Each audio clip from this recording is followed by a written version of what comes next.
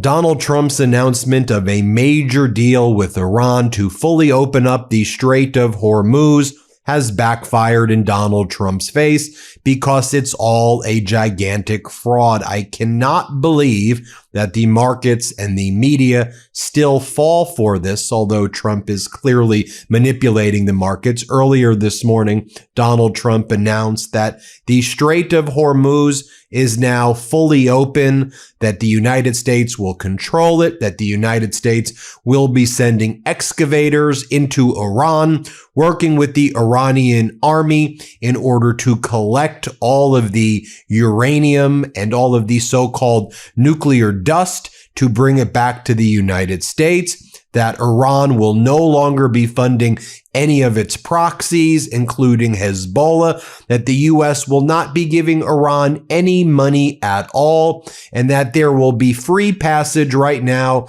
in the Strait of Hormuz, and everything is incredible. Donald Trump picked up the phone. He called the reporters at CBS, at Reuters, of course his buddy Barack Ravid over at Axios, and other reporters as well. And they all just published what Donald Trump said verbatim, like they were his stenographer. On that basis, the markets roared, or I should say were manipulated, and people here in the United States assumed that the Strait of Hormuz was probably open because at least some credible journalists were reposting what Donald Trump was dictating to them.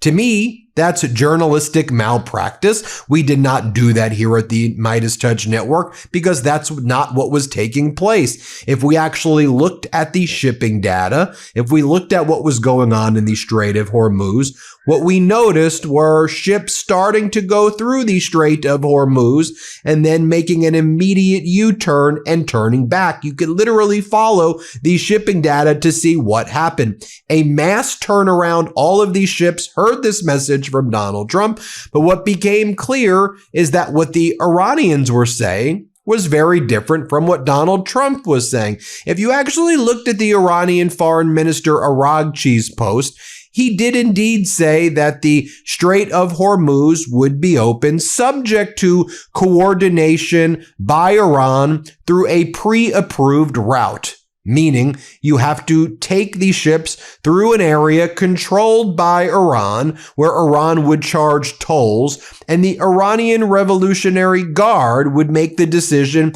if ships could leave or not leave. This was basically the status quo before Donald Trump made that announcement and called up all of the reporters. And then we should listen to what's actually happening on the ground, the facts, not what Donald Trump is saying. We should study the facts of what is happening, because now this disaster has taken place where Trump's made this announcement that there's a deal, there really isn't a deal.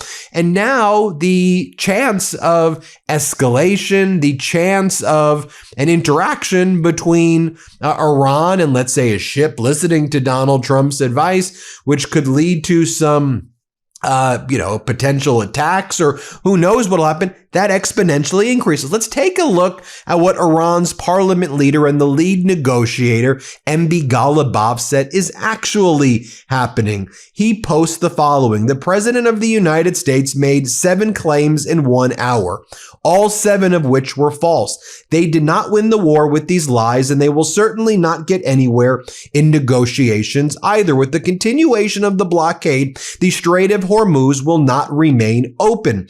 Passage through the Strait of Hormuz will be conducted based on the designated route and with Iranian authorization. Whether the strait is open or closed and the regulations governing it will be determined by the field, not by social media. Media warfare and engineering public opinion are an important part of war, and the Iranian nation is not affected by these tricks. Read the real and accurate news of the negotiations in the recent interview of the foreign ministry spokesperson. So we have that. I want to share with you what the Iranian spokesperson said. Now, here's the thing. You may be wondering, well, Ben, I get it. Iran is saying that, but even as their parliament leader, Meiselas, says, media warfare and engineering public opinion is an important part of war. So, Ben, you want us to believe the Iranian side of the story? over the Trump side of the story, setting aside the fact that Donald Trump lies about everything, and I think you can never believe the Trump side of the story. For me, it's not, do you believe the Iranian side of the story? To me, it's, do you believe what's really happening? So I'm looking at the shipping data. Are more ships going through the Strait of Hormuz? Is the Strait of Hormuz really open such that not the route that goes right by the Iranian coast is being used, that ships are free to go like what was taking place before Donald Trump's unlawful and catastrophic war took place? Also, why would we even be spiking the football in the United States like this is a win that the Strait of Hormuz is open when it was open before Donald Trump and Netanyahu launched their unlawful and catastrophic war in Iran? I want to look at what's happening in Lebanon. Is there really a ceasefire in Lebanon, or am I observing Israel hitting targets in Lebanon and Israel hitting innocent civilians in Lebanon? And that's what's taking place. I have videos, I have photos of that. So I know that's what's taking place as well. So I just want to use an objective lens to see what is actually happening here. And when you do, you see that the Strait of Hormuz is still under the control of Iran. There's not American excavators that are going in to get nuclear material in Iran. That's not happening. And Iran says that will never happen. Are American military ships going through the Strait of Hormuz? No, Iran says they are banned. So what's actually happening? Let's observe. So let's talk about the latest statement from Iran's foreign ministry spokesperson, which was referenced in that by MB Ghalibaf. And here's what they say. So Iran pushed for a Lebanon ceasefire based on the April 8th framework. A ceasefire took effect last night after extensive efforts. It was agreed that Iran's commitments, unchanged from April 8th, would therefore be implemented, including coordination of commercial vessel traffic with Iran. Words have meaning. What Iran is saying is, we're not deviating from the 10-point framework that we previously announced and that Trump previously agreed to. There's nothing different that is happening. We said that we would allow coordinated commercial vessel traffic. Words have meaning. Coordinated means it goes through the route approved by the Islamic Revolutionary Guard Corps. Commercial vessels mean non-military ships. We're not going to allow U.S. military ships, and it's coordinated with Iran. Each of these words has very important meaning. Let's also talk about what's said over here. Ship movement through the Strait of Hormuz will follow routes set by Iran and be coordinated with relevant authorities. He warned against media narratives from the opposing side, saying Iran will enforce measures to protect its interests without compromise. A U.S. naval blockade will be considered a violation of the ceasefire and would trigger a response. No discussions have taken place so far about extending the ceasefire. Iran's focus remains on securing conditions for a full end to the war. Control over the Strait of Hormuz, they said, will be determined on the ground, not in media and social media narratives. Enriched uranium will not be transferred anywhere under any circumstance. Iran's armed forces are responsible for enforcing transit measures in the strait. Any naval blockade will be met with a proportional Iranian response. Claims by the U.S. president about direct talks with Iranian officials are false. Recent meetings with the Pakistani delegation clarified areas of agreement and remaining red lines. Officials said innovative bilateral solutions may be possible in some areas, while others remain non-negotiable. Iran says there is now no ambiguity on negotiation topics. Recent talks between Pakistani mediators and senior Iranian officials have made positions clear, and this round differs significantly from previous ones. While past negotiations focused on the nuclear file, current talks are centered on ending the war, expanding the scope to include issues like the Strait of Hormuz. Talks in Islamabad were held between Iran's parliamentary speaker, MB Ghalibaf, and the U.S. vice president, mediated by Pakistan. Any other claims of direct talks between U.S. and Iranian officials are false. Ending the war involves multiple components, including sanctions relief, compensation for war damages, and guarantees that hostilities will fully cease, proposed in Iran's 10-point plan. Iran insists all resistance elements across all fronts must be treated as a single unit and cannot be separated. And so Iran is putting forward its non-negotiables right there that you see.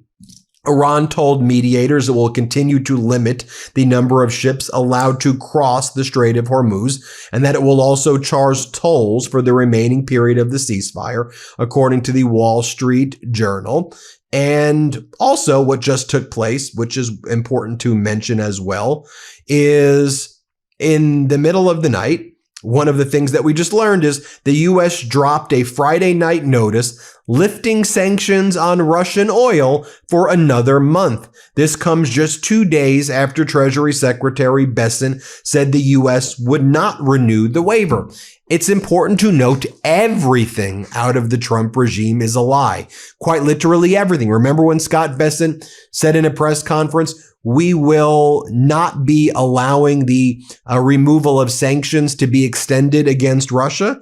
Well, the notice lifting the sanctions on Russian oil for another month are now in effect. So there are no sanctions on Russian oil. Russia got a big win when Bessent said this previously. Play this clip. My question, sure. Are you considering any more sanctions relief, Mr. Secretary, for countries that are suffering right now in order to get more oil to your allies?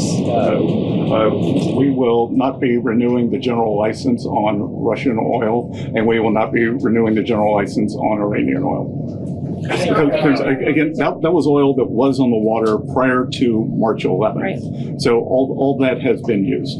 Now we should also note the following, and this is what Barak Ravid at Axios writes, and again, he's very close to Netanyahu as well. He said, Trump shocked Netanyahu with a post declaring Lebanon strikes are prohibited. Israel asked the White House for clarification, sources said, to which this other account, Mark Polyarmopoulos, writes, Trump humiliates his best buds. This is political suicide for any Israeli prime minister to adhere to this. I don't care who it is. The idea of not being able to take action on your borders is untenable. Bibi, of course, deserves this humiliation, as he has been on his knees to Trump for perpetuity. Shortly thereafter, Barak Ravid, after reaching out to Netanyahu, posting that, says the following. A U.S. official clarifies Trump's Lebanon comments. The president's ceasefire agreement between Lebanon and Israel clearly states that Israel will not carry out any offensive military operations against Lebanese targets, but preserves its right to self-defense against planned, imminent, or ongoing attacks. In other words, Israel is just going to say that everything is self-defense against planned, imminent, or ongoing attacks, so Israel continued to bomb and demolish homes in Lebanon moments ago. Multiple Lebanon-based journalists are reporting, and DropSite confirms. Trump had told Axios earlier that he wants Israeli strikes on Lebanon to end, but then clarified and said, well, I didn't really mean that. Meanwhile, the New York Times reports that there are multiple other sites like the Pixay Mountain site and others in Iran that seem to be a location where Iran may be developing nuclear weapons and enrichment is taking place. But even in Donald Trump's best case scenario, what he and Iran are negotiating now is voluntary compliance for Iran, where Iran just says, hey, we're doing it. We're not enriching uranium, nuclear grade. And then that's basically enough. So reporters, in conclusion, please stop just quoting Donald Trump, whether it's Kelly Meyer. I just spoke with Donald Trump on phone while he was in Las Vegas. I got right to the point and I asked him, has Iran agreed to stop enriching uranium? Yes, he told me. They agreed to stop enriching uranium. They agreed to everything. Yes, are you surprised?